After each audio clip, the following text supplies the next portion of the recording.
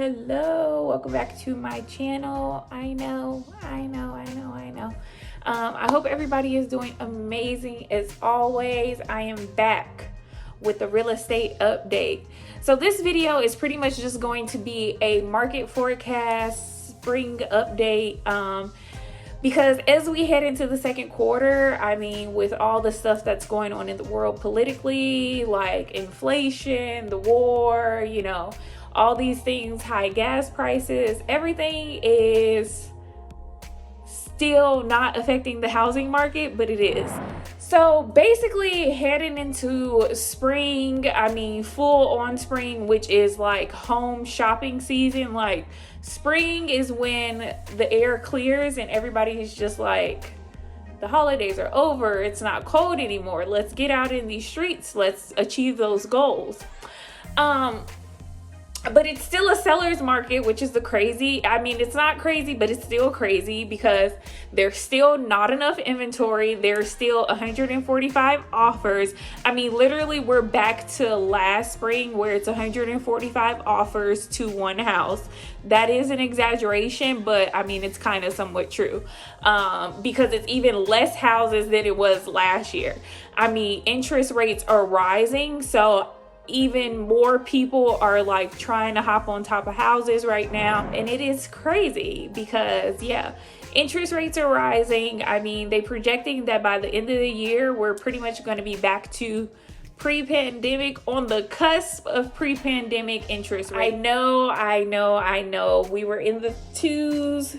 We ended the year at like 2, and then as soon as January hit it was like 3, and it's like not even the middle of March, it's still the beginning of March, and we're literally on the cusp of 5. Like this is how many pieces away we are from 5% on interest rates. And I mean, I've even heard some people are already getting those. So when you're looking for your lender and your interest rates, make sure 1, you get a rate lock, and then 2, you go to multiple lenders because prices is different, qualifications is different. Make sure you just don't stick with one person. Yes, your realtor should have an idea for you. The realtor may have a preferred lender or whatever, but like I always tell you, do your own homework. That way when you go to your realtor, you already know, kind of have an idea, and then maybe you can compare notes with them and see how everything differentiates. But do your own homework, because they may take you to their lender and their lender may be over 5%, and somebody you already researched may be able to give you a rate lock under 5%. So right now is the time to really be, if you're shopping, you need to be shopping. And I mean, it's just crazy out here. But we're projecting that as interest rates go up, buyers will stop buying as much, because not that we don't want them to afford it, but we just need some more houses on the market. It's like I said in my last forecast video, it's literally 50 people to a house right now, and it is crazy. I mean, yes, 145 offers was an exaggeration of mine, but not that much of an exaggeration, because I mean, as you go into spring, people just want to buy, and like at this point, people are willing to risk and just throw themselves all out there, lose a little bit of morals for it, whatever. And I'm like, let's not get too crazy.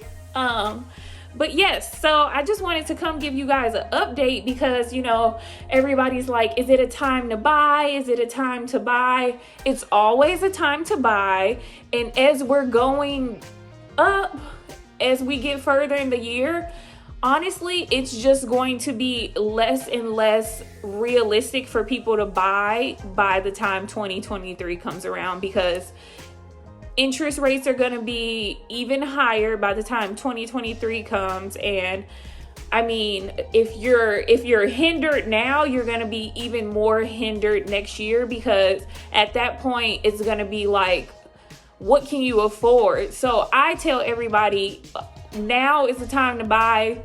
You should have been bought yesterday. I mean, that's an exaggeration, but I mean, rent is going to increase even more. So renting is still not an option over buying, but it's just going to be how much house can you afford when you do buy. Even if you have to get a little condo that you don't even live in and you still have your apartment, I mean, you know, if you can, you know, just get, if you can risk the space right now, I would say risk the space right now and then build the equity and then go on to, you know, your next situation, you know, flip it, dip it, however you need to, you know, get it done. Keep in mind, your first purchase does not have to be your dream home. That is why I tell people, get in where you can fit in while it's affordable, because as interest rates go up, you're just only going to be affording less house. So if you can buy, I would definitely say go ahead and, you know, just figure out what you can do and just buy something. Everybody needs to own a piece of America, and that is the narrative I'm always going to push, and I'm never going to, you know, digress from it. Everybody needs to own a piece of America. And you hear my kids coming, they're right there at the door waiting for me.